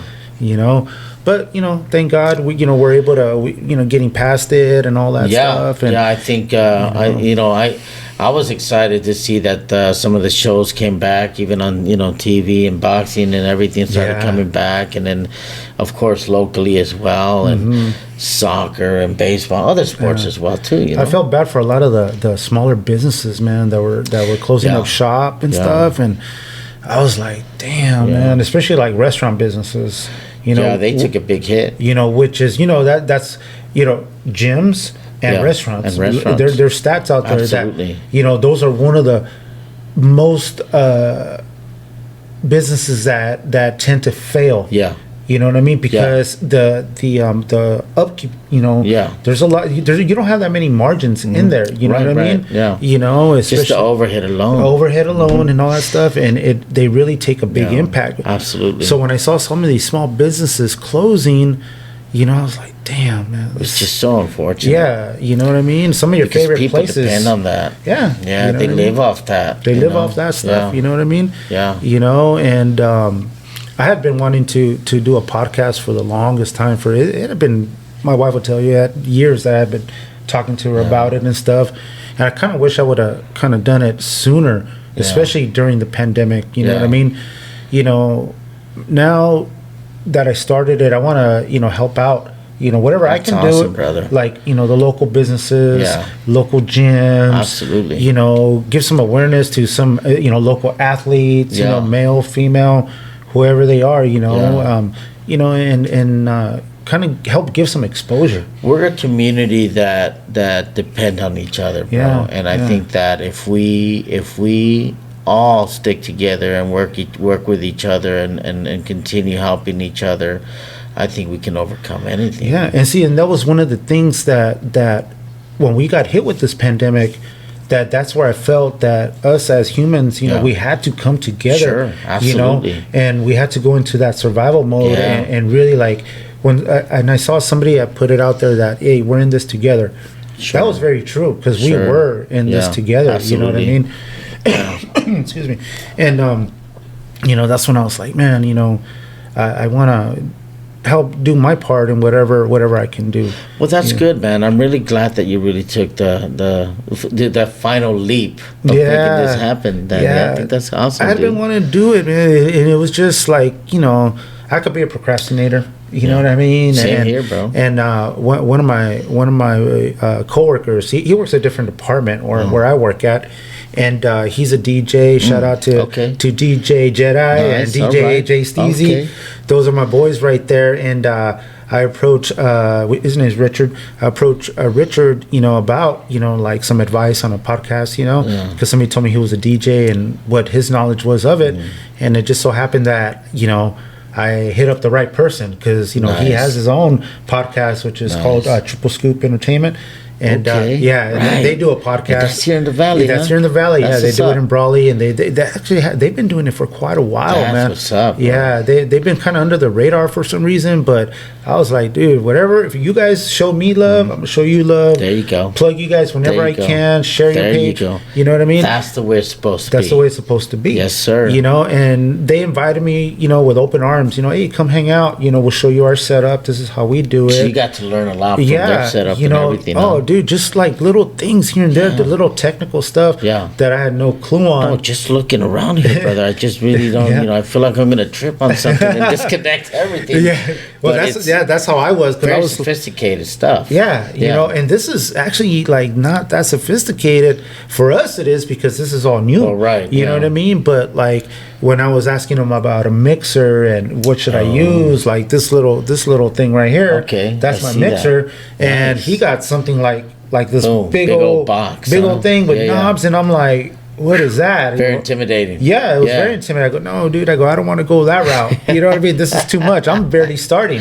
You know. So he goes, well, there's a lot of stuff out there. You just got to look into it. Absolutely. And so I started doing some research, and I sent him a picture of this, send him the specs. I go, hey, what do you think? He goes, perfect. He goes, that's awesome. That'll work. There's nothing Google can't fix nowadays. Huh? So shout out to those guys who gave me some deal, bro. Give me some direction. Man, that's awesome that they kind of took the time to help you out. They did, man. They're good dudes, man. They're really good dudes, and they do a lot of DJing and stuff, and they do parties, and and they're trying to get do their come up too. You know what I mean? Yeah, absolutely. I think everybody's out there trying to do their thing happen. Make their thing happen. I know my youngest son is a YouTuber too. He's making things happen with Y&D. So everybody out there, listening, Y&D, put it out there. Right on. He's out there making people laugh. And I think it's great. I check out his videos once in a while. What exactly is the YouTube about? He puts out pranks and out there. I love those things. I know they're so funny, man. Man. He's very creative. This kid, man. Why this group of kids that go out there and do film and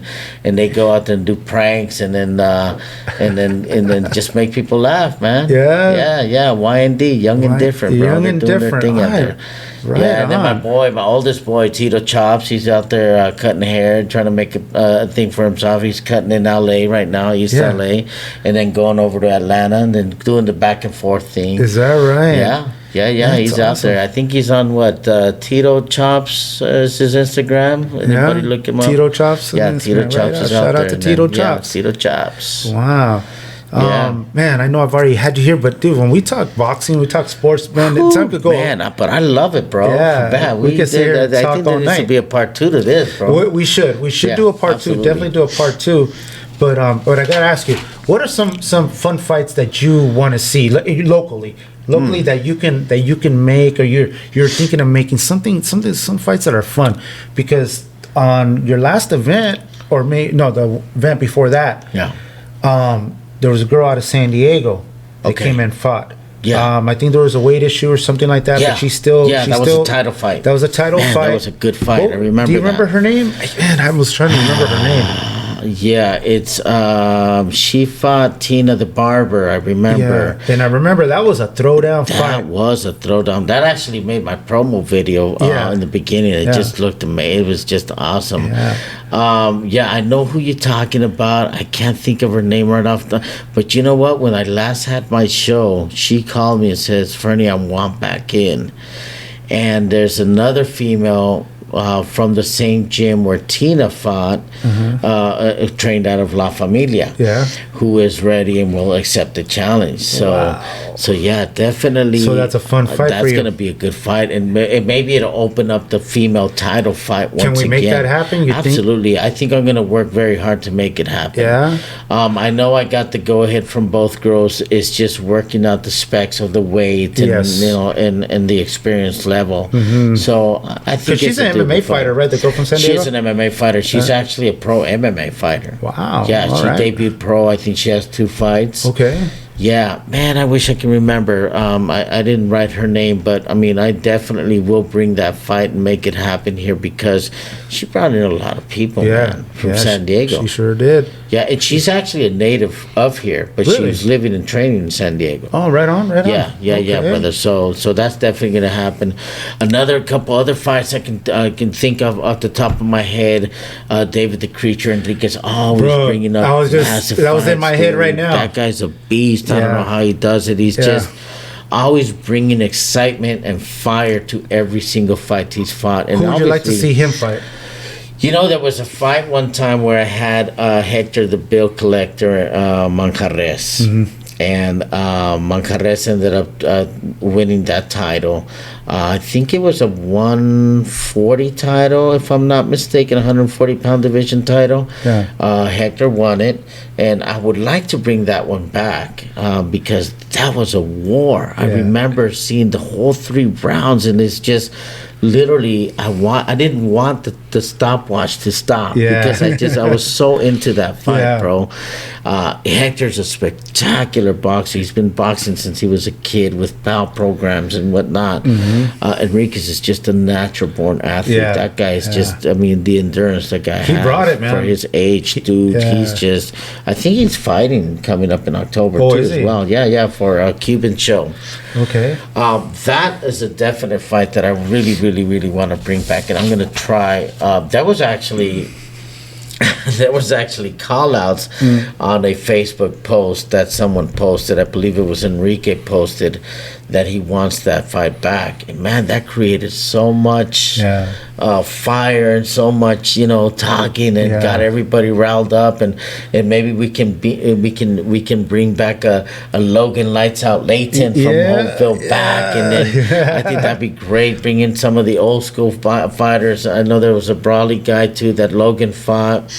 And there's Richard Norwood as well. Richard Norwood had put on some good wars too. Didn't he win a belt on one of the events? He did. He take it? He took it from somebody, right? He took it from somebody. I believe it was Frank.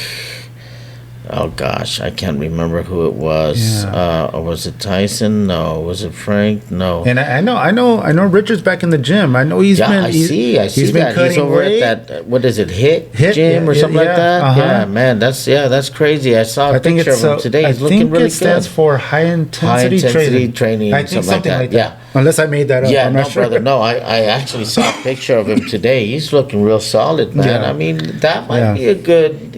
come back too. I mean, I wish I could. Richard would always put in a good fight. And the good thing about that guy, he never says no, bro. No. He's a scrapper. I would love to see Devil Dog come back too. A Devil Dog comeback fight would be amazing. But the question with that, of course, as a matchmaker, it's difficult to make a matchmake. Yeah. When I was up in Atlanta, believe it or not, Danny, I was training a young guy from DF, a Chilanguillo guy, really cool dude, came out to me, wanted to train, and he was at 122.25. And I remember him I sized him up, and me as a promoter and a matchmaker, I'm looking at him, this guy would be so perfect for Devil Dog. I convinced him. Really? I convinced the kid. I talked to Devil Dog, and I says, how about it, man? Would you take it? And Devil Dog is like, of course, Fernie, come on. What ex-Marine. He ain't going to back down. Will never back out. Kid, Devil Dog started training. I started training the kid. We started sending videos back and forth with each other. I got excited, man.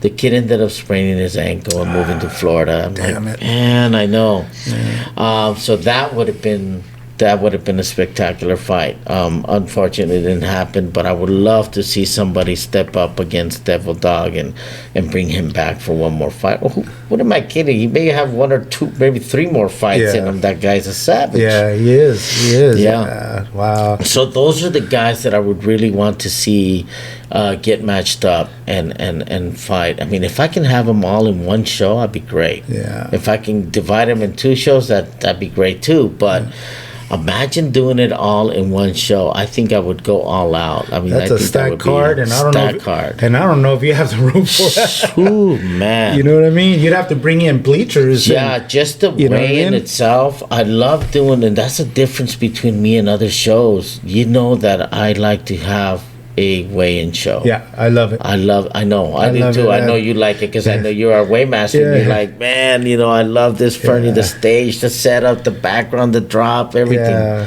the stare downs. What I would really like to, and because I'm thinking promotion side, is like other shows where you would have like a press conference. Yeah. You know what I'm saying? Yeah. And let the fighter speak. Yes. You know what I'm saying? Let the fighter speak. And if, because you never know, there could be either a gym rival, there could be, whatever rival. Yeah. And just kind of, not that it get out of hand, but kind of like, hey, promote the fight. You know what I mean? What are you going to bring to the table? Yeah, definitely. We tried that once. Unfortunately, you can't interview every single one. Will be there too much. No, but you're talking maybe your top event. 3 fights. Yeah, top 3 fights. I agree, 100%. And just like they do in the pro fights now, that's where pretty much I pick up some of my ideas. Yeah. But if you can do 1 or 2 interviews, it'll really, really hype up the crowd even more. Yes. And I think that would definitely help the promotion. Definitely. Yeah, because I like to think about stuff like that. And then when you were having the weigh-ins, I was like, heck yeah, I'm in. And that last one, awesome. I really wanted to be there, but I had an appointment, I couldn't miss it. I was like, oh man, I mean, I really like that. I mean, I'm not, I don't feel like I have a voice for it, but if we can get somebody that can ask those questions. Yes. Like, hey, definitely. you know what? How do you see this fight going? Yeah. And they could say whatever they want. So, all right, hey, here, rebut this. Right. How do you see this? Right, exactly. You know what I mean? Yeah. And so I'm going to knock his ass out. You know what I mean? No, man, that would be so awesome if we can do that. I mean, we tried it. I remember one time we tried it with Hector. I mean, with Hector, the recruiter Tarango. I don't know if you remember him. Oh, of course. Yeah, that guy. That guy, man, he brought in some good shows. He brings some energy, doesn't he? Yeah, big time energy. He was one of those fighters that everybody hated but wanted to go see him fight. Yeah. And wanted to see him lose, but he never did. He never did. Yeah. I remember him one time giving an interview, and man, did he just spike things up, bro. Yeah. And his opponent, I can't remember who it was. He just didn't have any rebuttal. Yeah, there's probably some still hurt feelings out there. Yeah, man. It was just, but it brought in that extra energy, bro. I see what you mean. It brings that extra energy, that spike, that cherry on top of everything. The cherry on top, the spark to get it going, and it gets everybody excited. Absolutely. What I mean? That's why now that I'm doing this, I'm hoping that any events, whether it's yours, I got you. Yeah. But people want to come on and promote their fighter, promote their event. That'd be great. That's what I want to do. That's what I'm here for. You know what I mean? Appreciate that, man. And I mean, I'm not asking for anything. Hey, you know what? If you like it, cool. If you don't, it's all good. If you want to share it, share it. If you don't, it's all good. But I'm giving an outlet. Giving a platform. And I think it's a good talk. It's a definitely a good outlet for people to see and hear. Yeah. And just and give their opinions. I mean, because I'm sure you got a comment box there where you hear the podcast and it's like, oh man, you have a comment section on there. To be honest, bro, I haven't even gone to my comments if there's any comments. Yeah. Okay. Maybe there is. I don't even look at that, to be honest. Sometimes it's good to look, but sometimes it's better to not. Because everybody's entitled to their opinion. You know what I mean? This isn't some high-end, production right here. Like I said, the way I'm recording it, that's the way I'm going to put it out. Cool beans, you know what I'm saying? I love that. So I'm going to try, unless once I get, more established, maybe I can, help bring somebody on that can help me more on the technical side. Because a lot of this stuff, like what I'm doing right now, I can set up the cameras, I can set up the mics, I could adjust a couple volumes and hit record. That's it. Well, definitely, I'm honored to be. What is this? The third episode? The third episode. I mean, that's awesome, brother. That's great. And I wish you nothing but the best, Danny. I mean, in this project that you're doing, and I think that this is a great idea. I think I encourage everybody and anybody that's involved in sports to come down and talk. You remember Freddy Terrazas? Yeah. Freddie used to have a thing on. Every now and then he would do what's it called? Like a boxing. He would talk boxing, right? Yeah. Remember that? Mm-hmm. I thought that was so interesting, man. And he actually had a really good idea. I don't know if he's still doing it. No, I think he stopped doing it. Okay, but he gets so busy, that guy. Yeah, but awesome dude. He's a big boxing enthusiast. Not only that, but it's a huge sponsor for our events, brother. Yeah, that guy sponsors so much. And you go to his office and you see all the stuff boxing. Everything's boxing. Everything's boxing. No. He definitely loves the sport. The man. Yeah. No, I've heard that he does help His out. daughter J Rocks is doing amazing, by the way. Let me tell you, she talk about vocals. That girl. Yeah, she can sing, huh? She's killing it, bro. Killing it. Good for her. I'm one of her top fans, definitely. Yeah. Well, my buddies, Two Scoop Entertainment, they've had her on there, I think, at least twice. Oh, that's right. Yeah. She's been on their podcast. Yeah, Triple Scoop. That's the one I did the first podcast with. Oh, you did with them? Yeah, with them. Oh, wow. Okay. In Brawley, right? In Brawley. Yeah. At their house. Yeah. Those are my boys. They're cool, man. They're really good dudes. They're solid guys. The guy with the Pandora hat. The fedora. Yeah. Fedora hat. Yeah. Oh, man. I don't know how often he comes on there with him. Yeah. I don't know, you know what I mean? Cool dude. But that's how they were. Cool there, they got the Triple Scoop name. The three of them. Okay, I got that. Yeah, all right, I get it. But they're also doing some streaming on Twitch too. They'll go. Sweet. I think they did it. Let me see. What's today? Today is Friday. I think it was either Tuesday night or Wednesday night. DJ Jedi went live on Twitch. And just DJing, and he was just jamming with another DJ Palma. Okay. Shout out to DJ Palma. Right. And they went on Twitch for about an hour, 45 minutes. Sweet, and just jamming, doing some mixing and stuff. And it's entertaining, man. Shoot, and I was fortunate to sit in when DJ Jedi and DJ J Steezy, they did it. They had a jam session. They invited me over. Hey, you know what? Come over and kick it. And I was sitting there. Oh, you see my pierna on the video and stuff right there. And I had a blast, man. Wow, just watching these guys That's DJ. That's awesome, man. You watching them live, how they do this. And I was sitting on my phone putting in requests. Hey, you got this one? Nice, bro. That's great, man. It was. And awesome. how long does that go for? Well, I'm not sure exactly how Twitch works, but I know they shared the link to Facebook, and then I was sharing it out there too. Deal, bro. So you could go on there. I don't know if it's still up. I don't, because like I said, I don't know if Twitch, if after a couple days or whatever they erase it. I don't know. Honestly, I have no idea how Twitch works. Good deal. But I mean, I'm barely setting up cameras, bro. Twitch is another animal for me. I know. I hear you. But I got a couple more questions I wanted to ask you. Let's shoot, man. Let's do it. Who's your favorite boxer? Whew, man, I wasn't ready for that one. Yeah. All time? All time. Let's go all time. All right, all time. I'm a huge Muhammad Ali fan. Yeah. Big time in Julio Cesar Chavez when I first met him, and of course I followed his career. Yeah, I met him a couple times. No kidding. A couple times. Yeah, wow. Not at his best, but I mean I've met him a couple times. Danica got to meet him too with Pops. Yeah.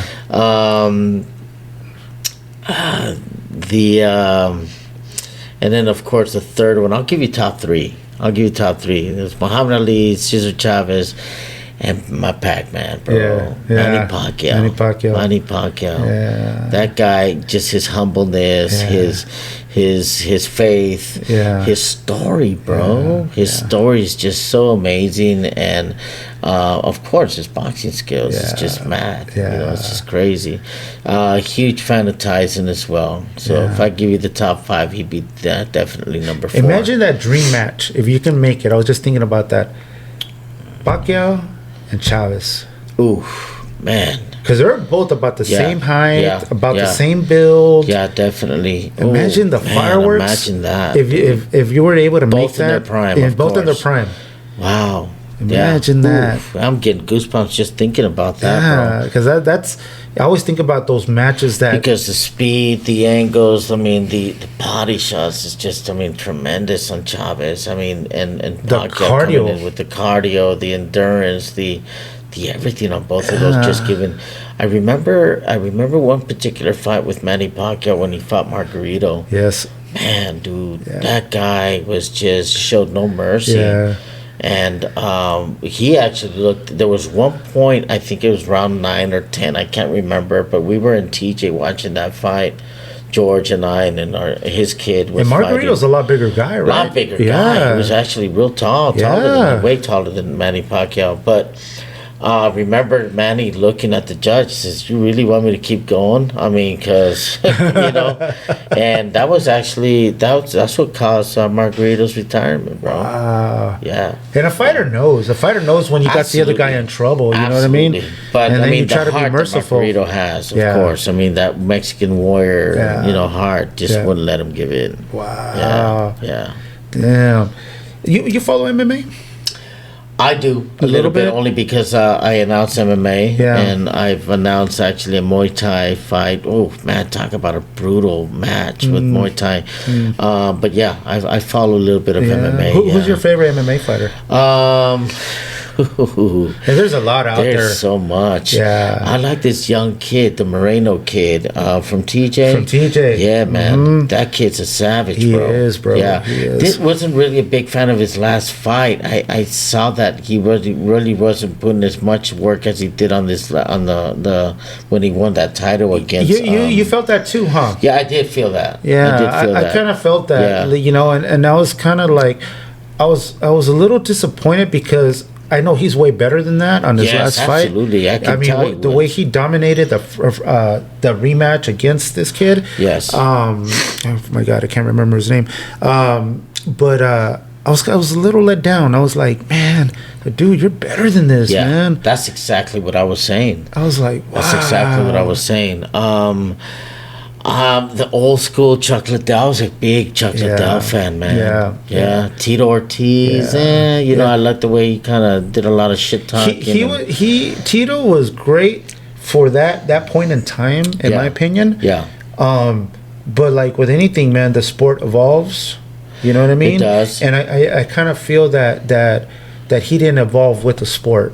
You know what I'm saying? Yeah. You know, I was also a big fan of Danny was. Gosh, I can't think of his name right offhand. I'm just drawing a blank. But Lions Den. Oh, Ken Shamrock. Ken Shamrock. Dude. See, he was another one. He was like, he had the look and everything. Dude, that guy. You know what I'm saying? And I've seen him in person when I've seen him in person too. Didn't meet him, but got to see him. I went to short dude. Yeah. You know what? He looks short. in on camera, I guess, because everybody else is so much bigger. Right. But when I seen him, me and my sister, this one in San Diego, because he was based out of San Diego for a while. Right. Yeah, yeah. And this was, I can't remember if he had just went back to wrestling or he was still cage fighting. And we went to an autograph signing. Oh, and I was probably like maybe 15 people, and then they ended it. Nice. But I got to see him in person. And you got to see him, in person, and man, that dude has some broad shoulders, bro. Yeah, they're like he was really wide. I was like, damn, this is a big dude. Crazy, yeah. You know what I mean? Yeah. But you see him on TV, you're like, damn, this is not that big. Not that big. No, but in person, he's a big guy, and but I also met Tito as well. And I have pictures with him.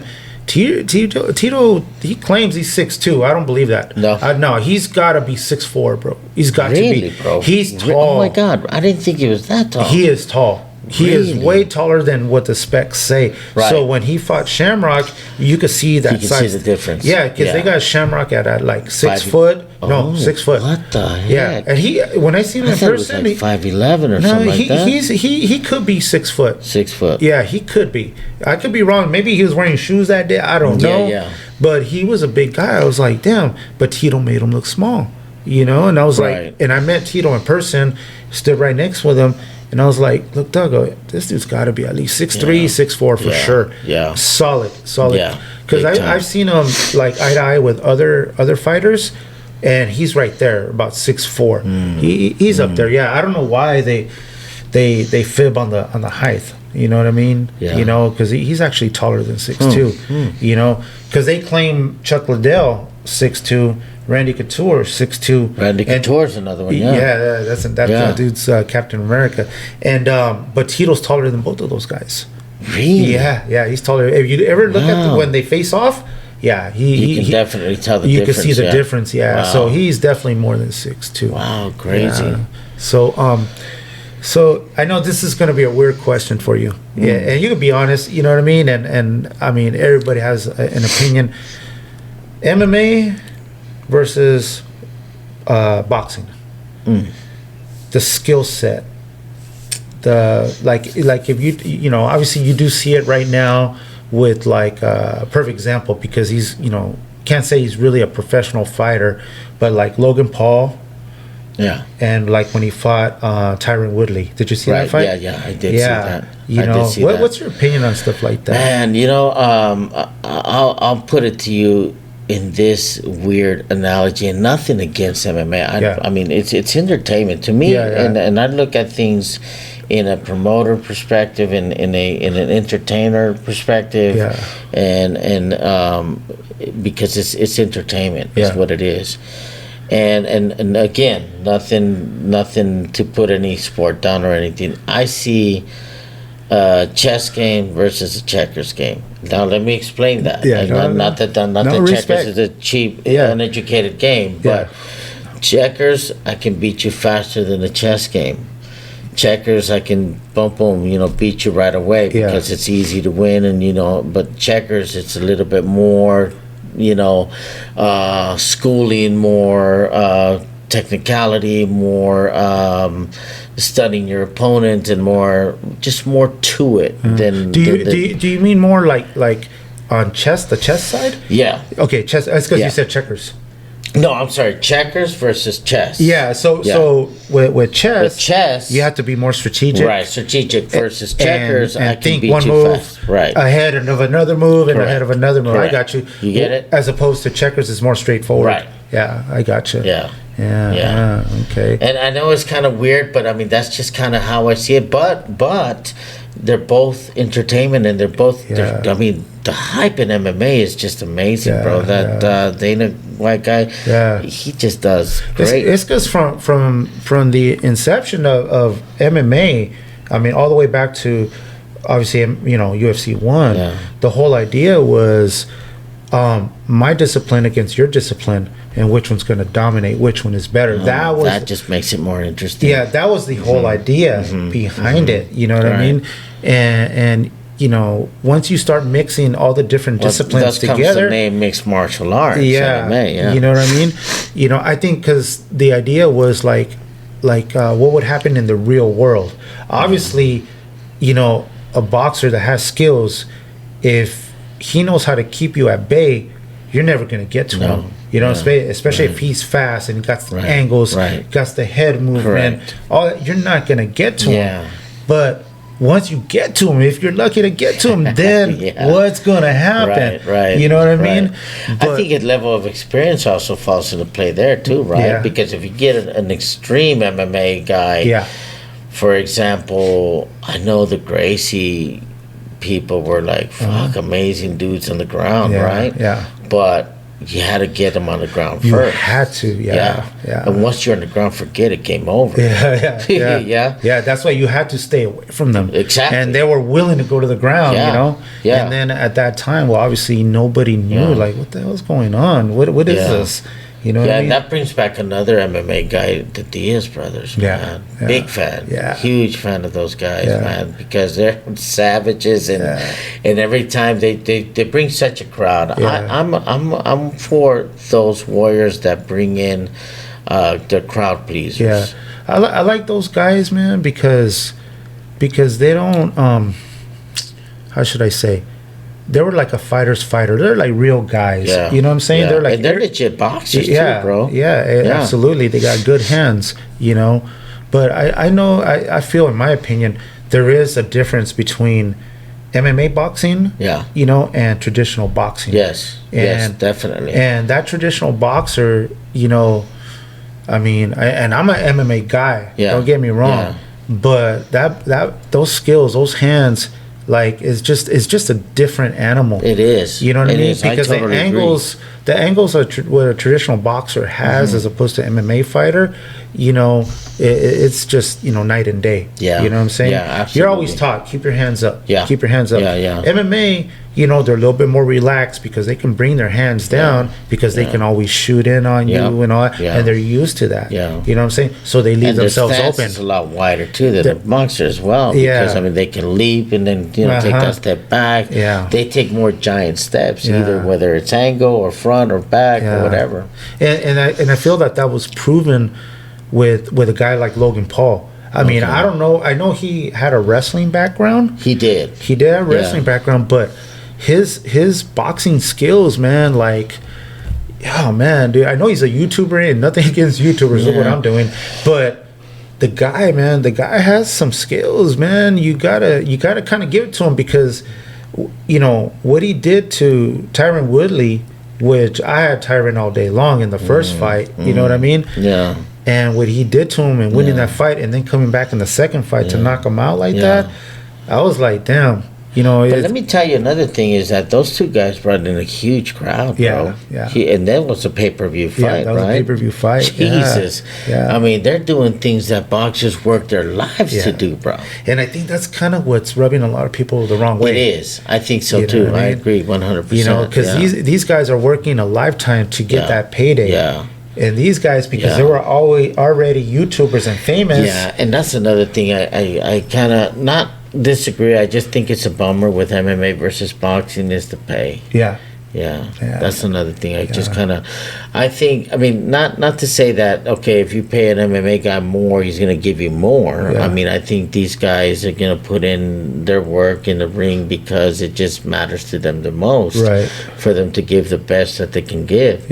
Money is really not an issue, but it is an issue in the sense that these guys, in one fight, they can totally end their career, bro. And what next? What now? You know what I'm saying? That's why, in a way, I'm a big fan of MMA, because, you know, every month there's an event, or every week there's some type of MMA event, all the time, and you get to see some of these matches that you really like. All right, cool, you get excited for, but in boxing, damn, man, you gotta wait almost a lifetime to get a dream match. Look how long Mayweather and Pacquiao took, and then we didn't get the best of Pacquiao. That's what's sad. Exactly. You know what I mean? They waited too long. Another example of what you're talking about is the Canelo Triple G fight coming up next. I think that's.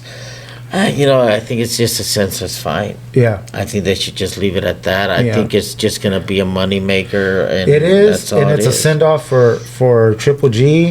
Because what Canelo did to him in the last fight, dude, it's gonna be probably 3 times worse. Yeah. You know what I'm saying? Yeah, I agree. You know, you could see it already that, you know what, Father Time is caught up. Yeah. You know, it's I mean, Canelo, he's on fire. Yeah, he went up in weight. Yeah, he lost the decision and everything. We all saw it. That's why there is weight classes. Yeah. You know, but Canelo is still the king. Yeah. You know what I'm saying? He's still the king of that weight class. I agree. You know, regardless. You know what I mean? But yeah, I don't know, man. I think that's might be his send off fight. Get that paycheck. You know what I'm saying? Exactly. And, you know, and hopefully he doesn't get Let's hurt. Come to that. Yeah. You know what I mean? Yeah. You know, but yeah, you know, that's kind of like where I'm like, man, I'm torn apart between MMA and boxing because there's so many good fights that we can see, but we're just not gonna get them, man. Yeah, you know unfortunately, and those are like dream matches. Like, you know, like we talk about our local boys. You know, our dream matches that I want to see happen, and just it's just a matter of making it happen and making it. You know, finding the right opponents at the right time, and before it's too late. Yeah. You know, I honestly think Logan can bring in one more fight. Yeah. I honestly think Devil Dog can bring at least 2 more. Yeah. You know, Creature Enriquez is I don't know how many more fights that guy can bring, but every time he brings it, That dude's in shape, man. He's in mega shape. Yeah, bro. I was like, when I seen him, I'm like, oh, Dad, this guy hasn't slowed down, man. Yeah. He's still. You know, he's still putting in the work, you know? And then, you know, of course, Hector being away from boxing so long, that guy was born in boxing. Yeah. So, I mean, it's just a matter of getting back in there and taking off the rust and sharpening them skills, and you're back on board. Yeah, one time I was talking with him, and we were talking about him. Hey, when are you going to fight again? This He goes, no, man. He goes, I'm just want to stay because every time I show up somewhere, everybody wants to beat me up. Yeah. You know, and he was so honest. Yeah, you know what I mean? Exactly. And it was funny, but I'm like, but dude, people still want to see you fight, man. You know what I mean? And he's like, man. yeah, he brings good shows. Yeah, no, you know, Hector's a good dude. He's a good referee, man. The last one that he did, I was impressed, bro. Like, you know, I mean, I'm not saying, hey, you know, I'm some type of guru, but I've done this for a while. You know, I know refereeing MMA and refereeing boxing is 2 different things. But you know what? He was on top of his game, dude. And I was like, he was perfect. Absolutely, he was perfect for the job that night. You know, he did awesome. Good. You know, that's what I was like, man. I was kind of disappointed he didn't do the last one. You know, I was hoping to see him and just, you know, chatted up with him for a little bit. You know, good guy. Yeah, he's a good dude. He's all right. He's done so much for our boxing gym too. I mean, he's helped out so many kids, and you know, just the shows that he's put on to raise the funds to take these kids out. Because a lot of the time during the time he fought, we were going up to Kansas a lot. So really, I mean, man, that was some money that we had to spend. So renting the vans, you know, the hotels, and back then we were taking about 13, 14 kids. Right on. Well, brother, look, we've been running for an hour and 45 minutes, brother. Wow, man, I'm so excited. Unfortunately, I got to get up early tomorrow because we got the boxing show, we got the weigh-ins, and Danny, man, we got to do this again, brother. But let me present you. Can I present you with our... Absolutely. And you know what? I got some for you, too, as a matter of fact. No way. Are you kidding? No, not kidding. A little gift exchange going on here? This is Christmas, bro. We're going to do it a gift exchange. You know? All right. But, well, listen here, brother. Listen here. This is what I got for you.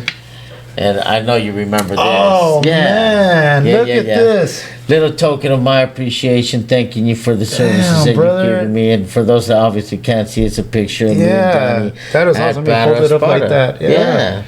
Bro, this is actually one of my favorite pictures, bro. I really liked it too, bro. We came out really good, bro, and the backdrop looks so good too, bro. That came out awesome, dude. So that way you can hang it here, and then people can see that, and absolutely, and of course we're making you official here and giving you your own Sparta boxing official shirt, bro. Oh, there you go. Shit. I know, dude. I'm like, I don't know where to go. We talked about this shirt for a long time, brother, and I was obviously finally able to get it over here to you. Oh, heck yeah, brother. Yeah, man. Oh, bro, this is awesome. That's all you, brother. This is awesome. Look at that. Wear it with pride, baby. I am. Sparta Absolutely. Boxing. That's all you. You even family, man. If I don't ref, even if I judge, I'm gonna wear it, bro, for the next family, one. brother. Awesome. And guess I got some for you, bro. Nice. And I got some for Junior over there. Oh, damn, Max. But I hope, baby. What size shirt you wear? I'm 2X. Awesome. I'm 2X. Awesome. So I had both. But I was like, awesome, bro. So this is my official EazyDpodcast shirt. What? Yes, Look at that. Is that actually your logo? You're working on, you already worked on logo and everything? Oh, bro, yeah. Oh, dude, I love that, bro. I wanted to come out strong, bro. Okay, you know there you go. And that's it. This is it on the back right here. Brother, I really like that, man. So every time I have a guest on, I'm going to try to, if they're available and I have them on hand, I'm going to give out. First edition, I like that. First edition, bro. This is the first year. And this really means a lot to me, bro, because like I said, so much, bro. This is something that I had in the works in my head, for the longest time. That means a lot. And I really want to get this out there, and let people know, like, hey, this is for real. Yes. You know what I'm saying? Absolutely. Like, I plan to keep on doing these. Absolutely. I want to be consistent, try to do at least once a week. Yeah. You know what I'm saying? And hopefully, people like are not camera shy and don't mind being, once look, once we got going, look, we were rolling. I'd like to get some of my other guys too over here too, brother. Absolutely, so we can keep bro. this rolling, brother. So maybe some of the pros so they can talk about their upcoming fights and things like that. And it will shrink a little bit, so it might fit you a little big. Oh yeah, man, show off the muscles, there, brother. I got one from my man over there. All right, thank you so much. And I'm going to take him as an adult medium. Yep. That's him. You got it. All right. Here we go. He likes to show off his muscles too. There we go. There you go. And brother, one more time before we get you out of here. All right. Tell me, where can people get a hold of you? You got social media? What do you got? I do. Sparta Boxing. I have so much stuff going on with social media, and then as much as it stresses me out, sometimes I like to just kind of take some time off and, how's they call it, vacation from social media. Yeah. But I am on Instagram at Freddy Lara. Okay. I'm on Facebook as Fernando Lara. I also have another one called Crime Dog Lara. Yeah. And then my ring announcing one is ring announcer Fernando Lara as well. And bro, we didn't even get into the ring announcing. There's some stuff I wanted to ask you, but we're going to do part 2. Oh, I love that. We'll do part 2 because that was something I wanted to get into on how you got into ring announcing. Yeah, man. But we're going to save that for part 2. Yes, you know what I mean? Will. We got so much content to do, dude. Yes, I know. And then, of course, with Sparta Boxing Training Center out Central, that's for Sparta. That tells you everything that's going on with the kids. And where are you guys located? 498 Broadway. The weird thing about it is that we're in that corner building where that Llantera La Comercial used to be, right next door to that. Our front door faces the railroad track, so it's kind of tricky. You'll see the sign in the back on 4th Street, but you got to go around. And we're there Monday through Friday from 5:30 to 6:30 is the beginners class, and then from 6:30 to 7:30 is the advanced and travelers team class. And then, of course, the pros work out on their own pace. All right. Yeah, we got 2 pros getting ready right now, so they're there all the time. And it's good to have the pros there, too, because sometimes they kind of motivate the kids, and the kids look up to them, bro. Yeah. And they take a little bit of time after their, workout, and they talk to the kids and show them their skills and tell them what to do. And I think that's so awesome to put that combination together with the pros and the advanced kids. Right on. Yeah. And Max's YouTube. I really want to check that out. Yeah, so, Max, check that out. Max is on YND. YND, which stands for? Which is Y, and then the and sign, and then D, which is Young and Different. Young and Different. Yeah, right and he's also on Instagram as... Just Young and Different with 2 U's. Young and Different with 2 U's. Okay, all right. Check that out, y'all, man. Yeah. You guys want to get a laugh, man. This kid, he's out there doing weird things. And we're going to get you on the podcast here officially. Oh, that'd be great. How can they find you as far as like what is your content? What would be the keywords that people need to punch in there to look for find the algorithm? Well, we search up YND, and that's basically our logo is like a green alien. It's okay. Yeah, look for the green alien. You know what? I've seen that somewhere. See that? Yeah. I saw it the other day, and I was like, I don't know if I was online, but I did see that. It'll pop out once in a while. Yeah. So YND, YND, and then look for that green alien logo. Awesome, brother. The awesome. alien is called Greenie. He's actually their mascot, man. Okay. They do a lot of party attendance and whatnot, whatever. I tell them, as long as you don't get in trouble and I don't get a call from the police, you're all right. Keep doing what you're doing. I support it 100%. Yeah, but we'll make some time for you and get you on, bro, and yeah, promote your channel. Hopefully we could get you out there and help that thing grow as well. And again, brother, I so much appreciate it. Thank you so much. It was an honor, brother. Yes, you know what I mean? You're like one of the forefathers here in the valley with Thank this you, boxing. bro. That Man. means a I lot. appreciate what you're doing with the kids and your program. Yeah, we're a You know what I team. mean? It's inspiring to keep going. And I look forward. Again, when are you gonna do your next event? We're looking at the first or second week of October for Battle at Sparta 8. And then tomorrow, Sparta Boxing will be at where Borders Collide for Yuma. Okay. And then, of course, we'll see what comes up after that. Do you know where that one exactly is located? The one tomorrow? No, I know I'm it's gonna at put this out tonight. Yeah, I'll send you the link where it's going to be. But it's going to be in Yuma? It is in Yuma, the city of Yuma. It's at an event center. I almost want to say it's the Lion Center or something like that, but I'll give you the correct location and address. I'll send you the poster. That way you can probably put it out on your... Yeah. I'll put it on my page and everything. And we'll get that going. Brother, I appreciate you. Thank you for having us, and I want to tell you, Danny, I'm so proud of you, brother. I'm proud of that you took the step and the leap to do this. I think this is going to get big. I think this is going to, I wish you the best. And, I hope. God willing, we'll see where it goes. Absolutely. Right now we're doing it out of my dining room. Hey. And someday maybe I'll upgrade. I'll move into a garage. I'll put an AC in there. There you go. Nice little and studio. from that point, who knows? Maybe get another place, because I know my wife's like having to deal with all this, these cords. Well, but I'm glad she supports you, Yeah, brother. she's very supportive. Yeah, you know what I'm that's saying? Maybe I can convince her to do her own thing here too. Nice, awesome. She's into the makeup stuff and all the girly stuff. Look at and so I told her, hey, you can do something. It's all there. Yeah. You know what I'm saying? It's always taking that leap. If you don't jump, you'll never know what's on the other side. Yeah. Right? And if you fall, you're just gonna have to get back up. Exactly. Well, right on, brother. I'm gonna get you out of here. Nice. We're gonna close out with our intro and closing music, brother. And yes, sir.